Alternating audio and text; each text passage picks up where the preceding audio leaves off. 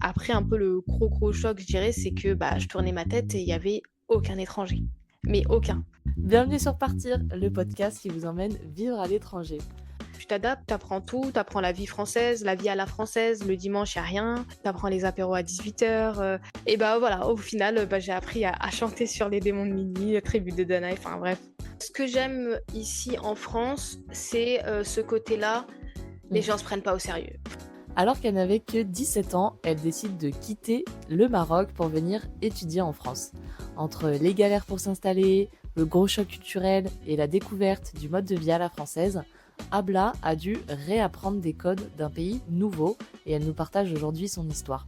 Donc vous allez pouvoir découvrir tout ça dans quelques secondes, mais avant je voulais remercier tous ceux qui m'ont mis une note et qui ont laissé un avis. Ça m'a énormément aidé à gagner en visibilité, donc merci à vous tous. Et si vous voulez suivre les coulisses du podcast, vous pouvez me retrouver sur Instagram sur la page Partir Podcast. Bonne écoute! Donc toi, Abla, t'es partie de ton pays, le Maroc, à 17 ans. T'avais Oui. même pas encore 18 ans pour venir faire tes études en France. Donc franchement, chapeau, parce que ça devait être un sacré challenge. Est-ce que déjà, tu peux nous raconter pourquoi t'as voulu partir et comment tu t'es retrouvée à aller en France? Eh ben écoute, c'est hyper simple. En fait, j'ai fait une école française quand j'étais au Maroc. Donc, je suis dans une école française depuis que je suis en grande section. Pour être transparent, donc depuis la grande section et en fait donc collège, lycée, voilà, lycée français. Et la suite logique, c'était après le bac, c'est de partir soit en France, en Suisse, au Canada, Belgique, enfin un pays francophone.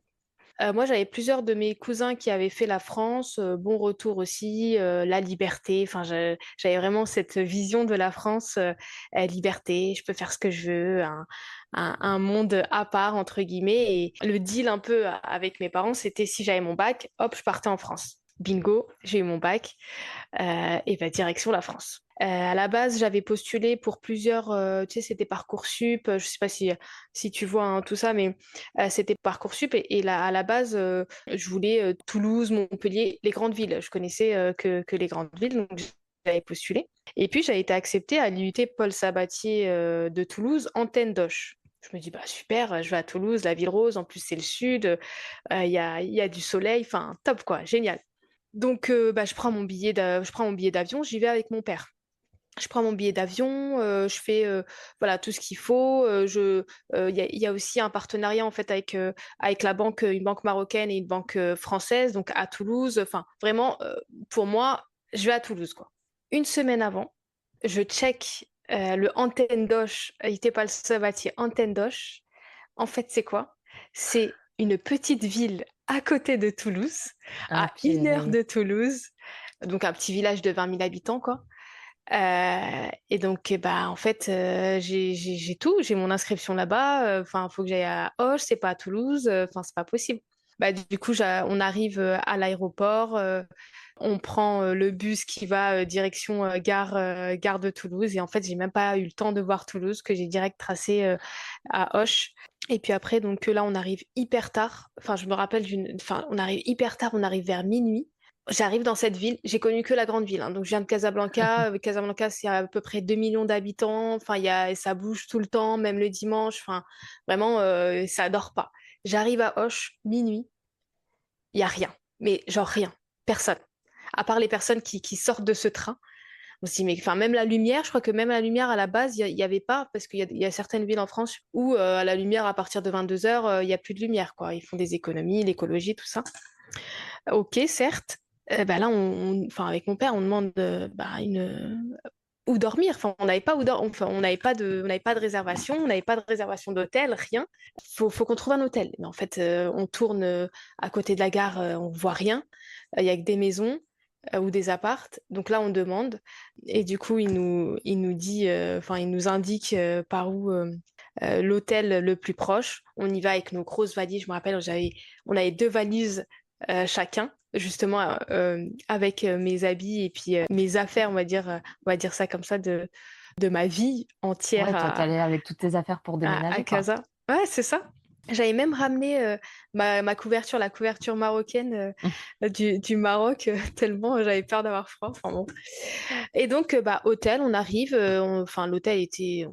enfin miteux, hein. Enfin en vrai, on Mhm. prenait le premier truc venu, hop, on est resté 2 jours, 3 jours dans cet hôtel-là et il fallait obligatoirement trouver un logement avant que mon père reparte et il avait 5 jours avec moi.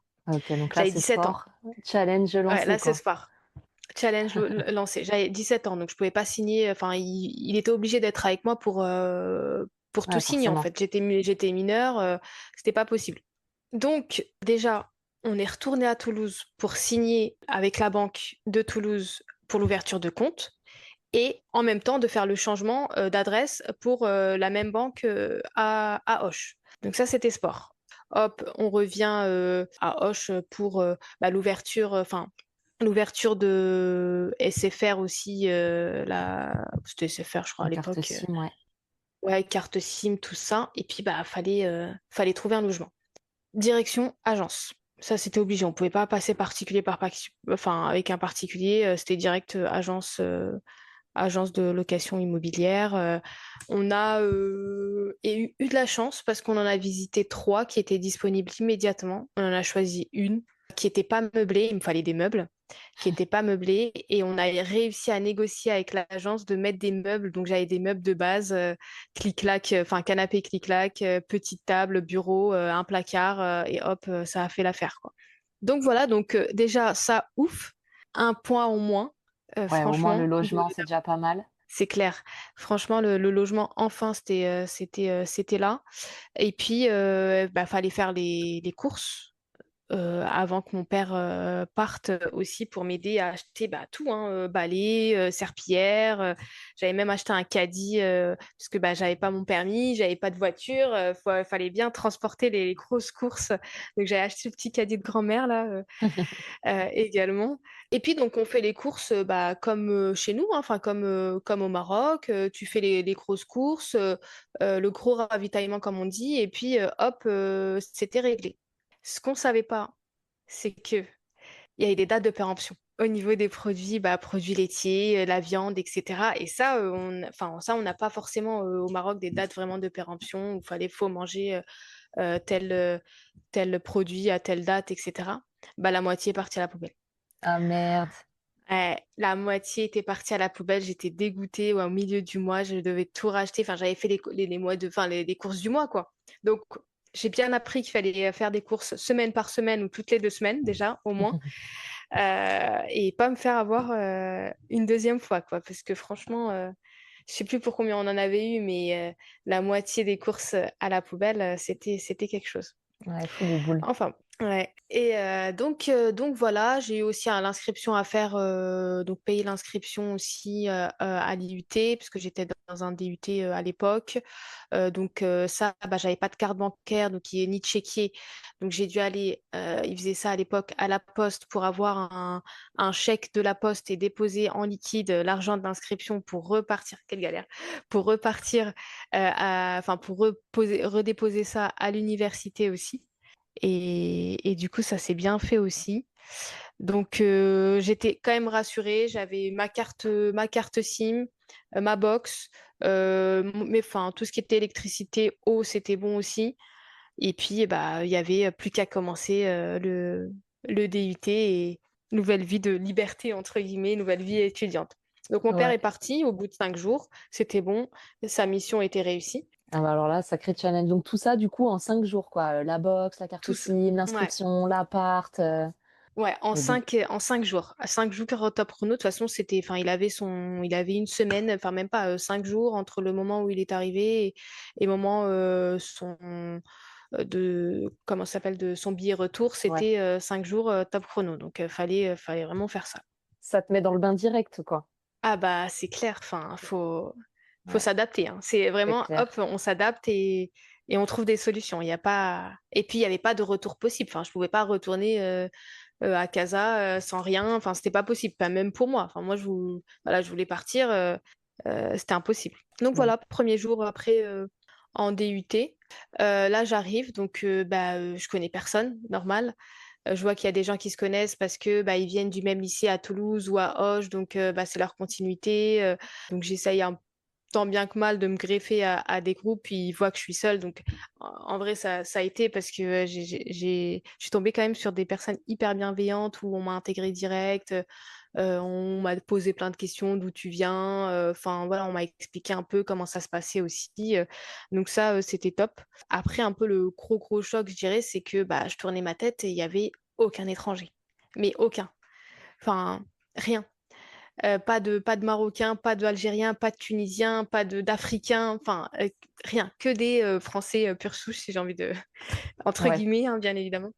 Mais voilà, pas d'étrangers, pas de personnes qui viennent d'un autre pays, qui vient pour ses études. En même temps, Hoche, C'est pas la ville. Tout de suite, on se dit: «Tiens, ouais, si j'irais à Auch». non.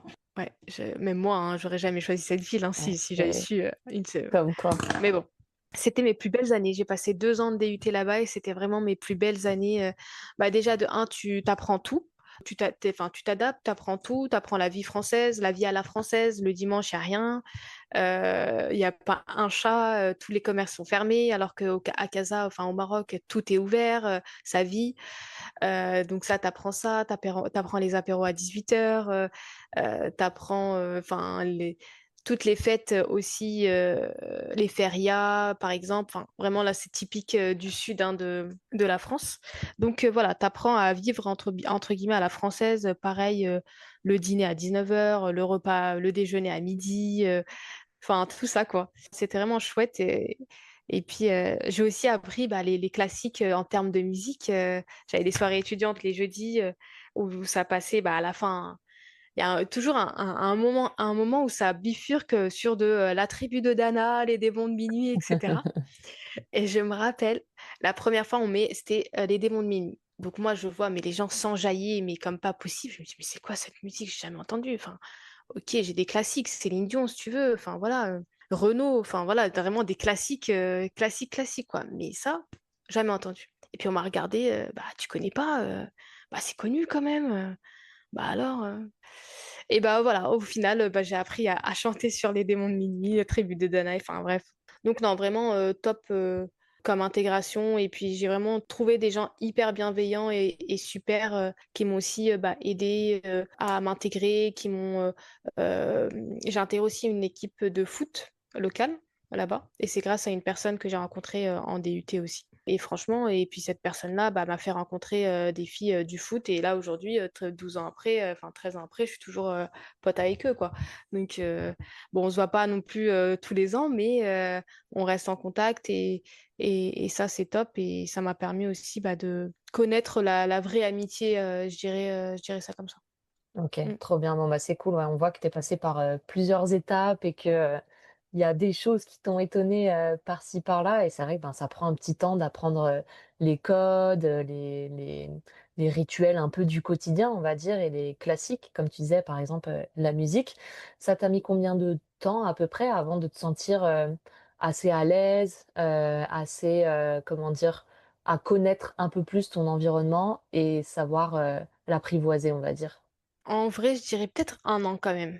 Ouais, Parce que bah, tu es toujours sur le qui-vive un peu. Est-ce que je fais les choses bien? Est-ce que c'est bon? Enfin, même mon accent, au départ, on sentait un peu que, voilà, il y avait des fois, il y avait une phrase, il y avait une phrase, je sortais un mot en arabe. Et inconsciemment, parce que ouais, à Casa, tu parles français, arabe dans une même phrase, c'est OK, ça chaque personne, etc. Et c'est vrai que bah, pareil, au début, même pas mal de fois où j'ai eu un mot arabe qui est sorti comme ça parce que je l'avais pas en français et donc du coup bah ça fait que et on me disait bah ça veut dire quoi ça et au final, j'ai expliqué. Mais ouais, peut-être une bonne année pour justement comprendre un peu les codes, la vie à la française, enfin, les rituels entre guillemets, le rythme aussi de chacun, et puis de comment ça se passe aussi en France.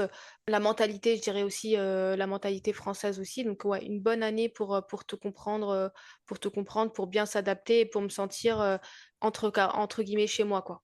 OK, je comprends. Tu parlais du coup de la mentalité française aussi qui est à découvrir et à laquelle un peu s'adapter. C'est quoi les plus grosses différences que tu as pu noter entre la mentalité marocaine et la mentalité française? Hyper bonne question. Enfin, ça, on pourrait rester 4 heures à parler, à parler de ça. Bah, déjà, en vrai, il y a une, enfin, t'as juste le côté. patriarcat, entre guillemets, ou le rapport au corps aussi. C'est-à-dire que tu as une femme qui peut... Enfin, tu peux t'habiller comme tu veux en France. Voilà, juste, voilà, je vais être hyper direct. Tu peux t'habiller comme tu veux en France. Enfin, un débardeur, une jupe, un short, les gens s'en fichent, royal. Bah, au Maroc, ça va être des pst, ma jolie, ma gazelle, tu me donnes ton 06, voilà. Alors après, ça dépend des quartiers, bien évidemment, hein. J'adore le Maroc, mais ça dépend des quartiers. Mais pour la plupart, quand même, c'est comme ça. Donc ça, c'était le gros choc. Pareil, l'alcool. Bah, en France, tu le trouves à tous les coins de rue, dans un café, dans un bar. Enfin, ça, voilà, hein, c'est un pays libre, donc tu as de l'alcool partout. Au Maroc, c'est caché. C'est-à-dire que pour en trouver, ça va être caché. Les bars, généralement, il y a c'est bien, c'est des vitres teintées pour pas qu'on voit qu'il y a des personnes qui consomment. C'est un pays musulman, donc c'est pour ça que l'alcool est caché. Pareil pour la vente d'alcool, tu vas pas en trouver dans tous les supermarchés ou les hypermarchés. Ça va être des marchés, des grandes enseignes type Carrefour là-bas, etc. Donc, il y avait ça aussi, donc ce côté-là. Après, je dirais aussi ce qui m'a un peu alertée, enfin alertée, c'est un bien grand mot, mais pareil, la grosse différence, c'est pendant le ramadan aussi. Bah, pendant le ramadan, bah, ça, c'est vraiment l'énorme différence encore aujourd'hui que je vois. Pendant le ramadan au Maroc, bah, tout le monde fait le ramadan, tout le monde est logé à la même enseigne. Les horaires sont en décalé aussi, donc tu commences plus tard, tu finis plus tôt, que ce soit au lycée, collège ou aussi quand tu travailles. Et puis, bah, tout le monde jeûne, donc tout le monde est sur les nerfs. Le gars, il a pas sa clope, il est énervé. Enfin, voilà, tout le monde est logé à la même enseigne. Et puis, tu as à la fin la rupture du jeûne pendant la journée. Enfin, la journée, tu jeûnes et le soir, tu manges. Et puis, t'es autour tout le monde est autour de la table. Tu manges en famille ou entre amis. Enfin, généralement, c'est en famille. Et puis voilà. En France, il se passe rien. Tu jeûnes pas, tout le monde fait sa vie. Voilà, il se passe rien. Les horaires sont pas du tout adaptés. Tu commences à la même heure que d'habitude, tout simplement. Et puis, t'as pas l'ambiance en fait. T'as pas l'ambiance de la journée il se passe rien et le soir ça vit. Parce qu'en fait, c'est ce qui se passe aussi au Maroc, c'est la journée, il se passe rien, tu fais ton truc, le soir, tu manges et hop, tous les commerces réouvrent le soir et jusqu'à tard le soir, vraiment jusqu'au bout de la nuit. Bah, en France, non, ça change pas. Donc c'est ça en fait qui m'a aussi un peu interpellée et qui m'a un peu, voilà, je dirais le plus gros choc, même aujourd'hui, c'est ça, et c'est ce qui manque, c'est vraiment ce côté-là où famille pendant le Ramadan. OK. Bon, je dirais ça déjà, c'est déjà pas Ouais, c'est mal, je déjà pas pense. mal. Ouais, bah, j'imagine que ça prend déjà une grosse place aussi, dans la vie en général, quoi. Et du coup, bah, pendant, des années, tu dû suivre un certain rythme de vie. Tu parlais, bah, par exemple aussi le ramadan, qui est important et cetera. C'est un certain rythme de vie à ce moment-là. Comment tu vis, toi, cette, différence de rythme de vie de manière globale? Là, aujourd'hui, ça va, parce que je me suis habituée, parce que ça fait 13 ans, parce que aujourd'hui, quand je rentre au Maroc, manger à 15 heures, je gueule un peu parce qu'il est tard de déjeuner à 15 heures. Donc, moi, enfin, voilà, à midi, j'ai déjà faim, mon ventre gargouille. Donc, en vrai, non, j'ai su m'adapter. Puis, ouais, aujourd'hui, ça va. Clairement, ça va. Ça suit son cours, ça suit son rythme. J'ai aussi mon petit train de vie. Pareil, je disais, enfin, je sais qu'en France, justement, un gros choc culturel, grosse différence, c'est l'organisation. L'organisation, c'est-à-dire, il y a des passages piétons, c'est-à-dire que l'heure c'est l'heure, après l'heure c'est plus l'heure, c'est-à-dire c'est carré, voilà, c'est carré. En termes aussi d'administratif, etc., enfin, ça file droit, quoi. Au Maroc, non, enfin pas forcément. Au Maroc, bah ouais, tu pries pour passer à la préfecture, tu donnes un petit bakchich, enfin voilà, tout ça quoi. Donc en fait, je me suis vraiment habituée à ce côté-là où en France, A égale à A et B égale à B, alors qu'au Maroc, A égale à B et voilà. Ouais, Donc ouais, non, je me sens mieux par rapport à ça ouais, en France qu'au Maroc par rapport à ce côté-là où c'est carré quoi. ouais. Donc non, j'ai su aussi m'adapter et j'ai su, enfin je pense, enfin j'espère. Ouais. Et puis enfin, surtout prendre le pli, prendre mon rythme Et ça m'a permis tout ça de savoir ce que je voulais, ce que je voulais plus aussi. Ouais, sur, quels aspects? Parce que j'imagine du coup, ouais, tu dis ça, c'est quand on découvre d'autres, manières Mm, peut-être de faire, de vivre et cetera. C'est vrai que ça nous aide à mm. y voir plus clair. Toi, c'est sur, quels aspects que ça t'a fait te dire: «Ça je veux plus, ça je veux plus» et cetera? Bah, je pense, déjà, question de liberté aussi. Je parlais de patriarcat également, enfin, clairement, de devoir justifier des choses. Enfin, en fait, non, c'est bon, j'ai plus de 18 ans, je suis majeure, je fais ce que je veux, entre guillemets, quoi. Donc, ouais, c'est plus sur ce côté-là, de pas rendre de compte. Ah, j'ai envie de sortir, il faut que je demande l'autorisation pour sortir, même à un certain âge. Même après 18 ans, enfin ça, le côté ouais, t'es majeur, tu fais ce que tu veux, ça n'existe pas au Maroc en fait. Ça, c'est pas, c'est bon, t'as 18 ans, tu te casses de la maison, tu fais ta vie, t'es majeur. Non, c'est pas ça. Tu dois rendre des comptes. Et surtout pour une femme, alors je sais pas si c'est toujours le cas, mais surtout pour une femme, tu feras ce que tu veux quand tu seras mariée. Mmh. Donc, ça, voilà, tout ça, c'est ça ce que je ne veux plus, donc, et ce que je n'ai plus d'ailleurs, et c'est bien. Je comprends et du coup, ouais, bah, on a parlé pas mal de décalage, de petits, choses qui font un peu tiquer et cetera ou qui peut être un peu, des petites galères, on va dire. À contrario, c'est quoi qui te plaît le plus dans la vie en France, dans ta nouvelle vie d'étudiante aussi, puisque du coup, tu es, indépendante et autonome à ce moment-là? Alors, je suis plus étudiante, hein, c'est bon, je Oui, travaille mais depuis, à l'époque, du coup, je quand tu travaille depuis, arrivais, ouais, quand je suis arrivée. Ce que j'aime ici en France, c'est ce côté-là. Les mmh, gens se prennent pas au sérieux. Franchement, c'est top, quoi. Et puis, enfin, c'est des bons vivants. Je pense que c'est vraiment ça que je retiendrai. En France, c'est le côté bon vivant. T'as envie de faire la fête, tu fais la fête. Il y a la fête partout. Il y a les festoches. Enfin, je sais pas, le gars, il a envie de se prendre sa binouse à 18 h. Il se prend sa binouse à 18 h, même à 16 h. Enfin, vraiment, le côté one life, quoi. Le côté, après, bon, tout ce qui est architecture, paysage, voilà, c'est propre, les ruelles sont propres, enfin, tout ce côté-là, c'est top. C'est ce que j'aime en France, je dirais. Pas le OK, climat, parce que le climat, ça déprime. c'est Surtout, vrai. Ça, on n'en a moi, pas je suis en encore Bretagne, parlé, donc mais ah bah, oui, bah, ouais. ça doit te changer du Maroc.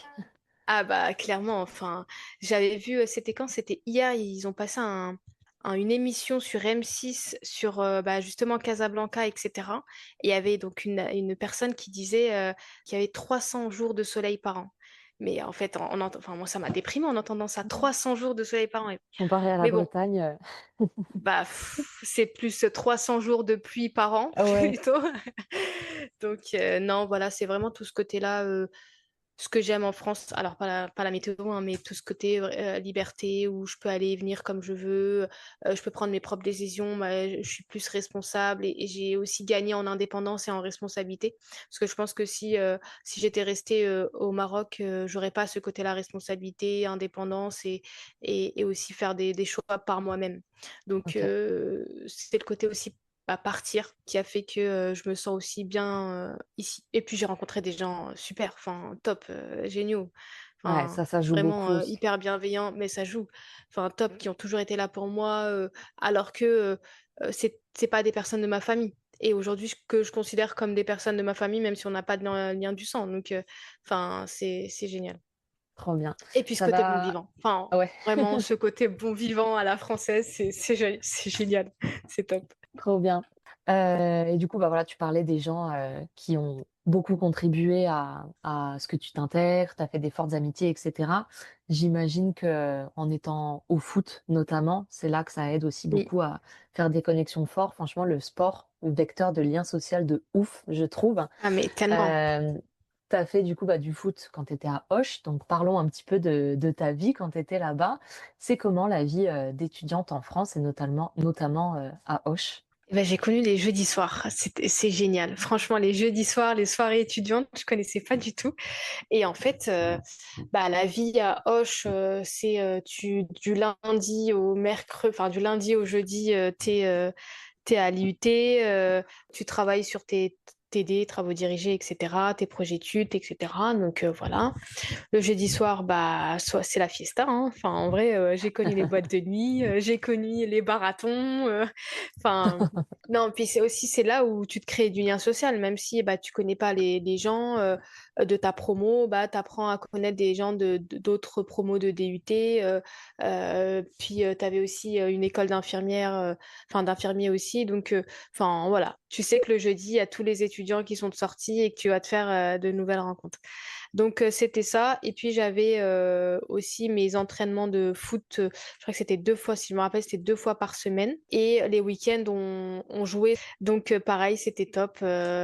Puis l'ambiance dans les vestiaires. Enfin, enfin, vraiment, franchement, mes 2 années à Hoche, c'était vraiment les meilleurs. Les meilleurs. Donc, voilà. Et puis quand il n'y avait pas les matchs, on se voyait quand même et on passait du bon temps. Enfin, j'avais deux potes, je pense que je voyais, mais très très régulièrement, peut-être aller 5 jours dans la semaine, quoi. Ouais, peut-être 5 jours dans la semaine, on était tout le temps fourrés ensemble, tout le temps, tout le temps. Trop Je bien. leur ai découvert, enfin, je leur ai fait découvrir le mot épice, entre guillemets.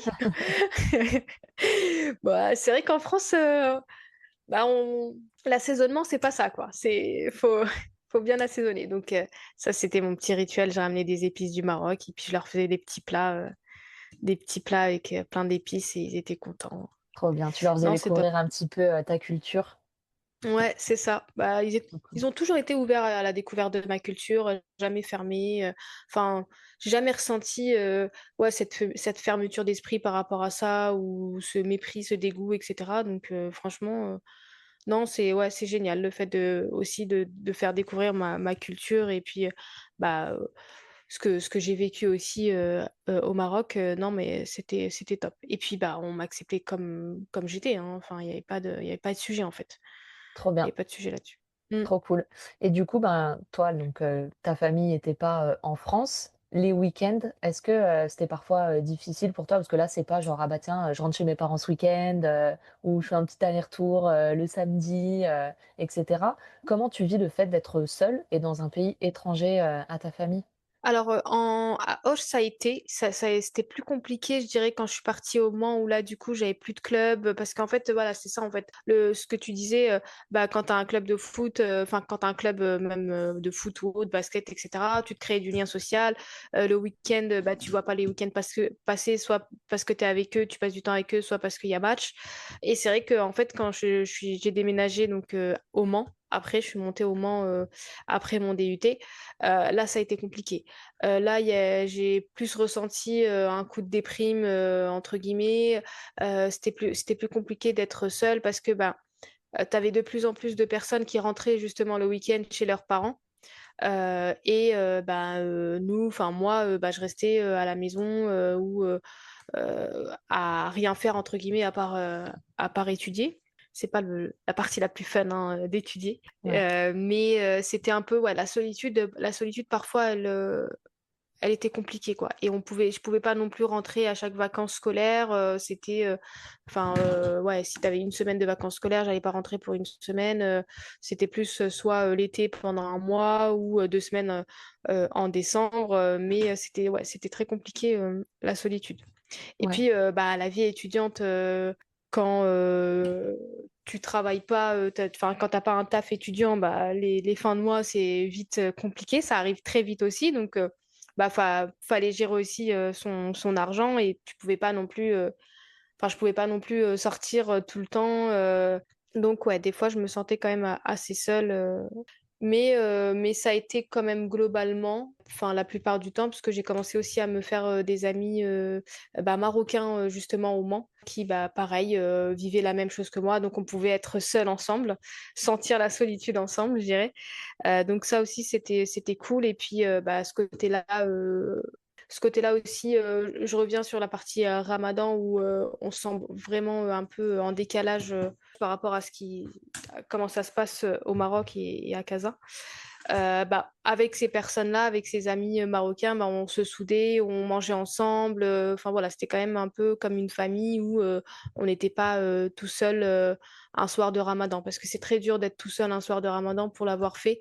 C'est très compliqué d'être seul, de manger devant son bol de soupe saharira, entre guillemets, le mot Le mot arabe, c'est ça. Euh, c'est une soupe marocaine. Ok, C'est très compliqué. C'est vraiment très, très compliqué ouais, à ces périodes-là où en fait, c'est comme si tu disais, c'est comme si tu passais un Noël toute seule. Voilà. ok. Ouais, je vois. Ouais, c'est compliqué. Ouais. C'est compliqué de passer le Noël toute seule. Donc la solitude, parfois, bah, c'était compliqué. Et puis parfois, ça allait. Et puis parfois, on n'était pas seul. Donc ça va.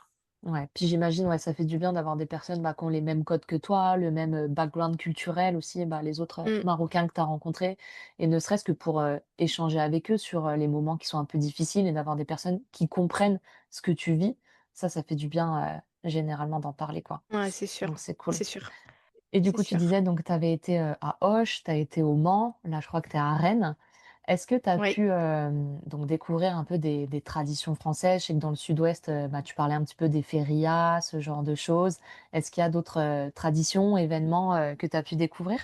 Oui, alors bah, du coup les férias avec les bandas, etc. Ça j'ai fait ça un week-end où bah, clairement tu dors en tente, tu dors pas de la nuit et enfin voilà c'est vraiment tout le week-end et c'est top, c'était Est-ce que sympa tu vraiment. peux nous expliquer un petit peu ce que c'est les férias?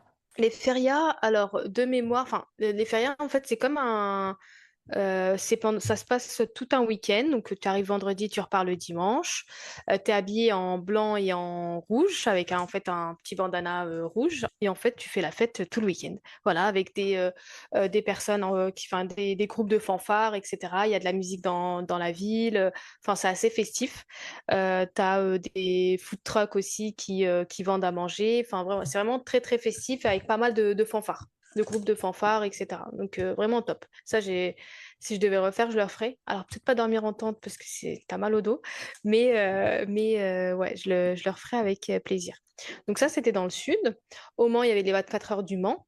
Donc, les 24 heures du Mans, tu as 24 heures moto, 24 heures bah, voiture classique, camion, etc.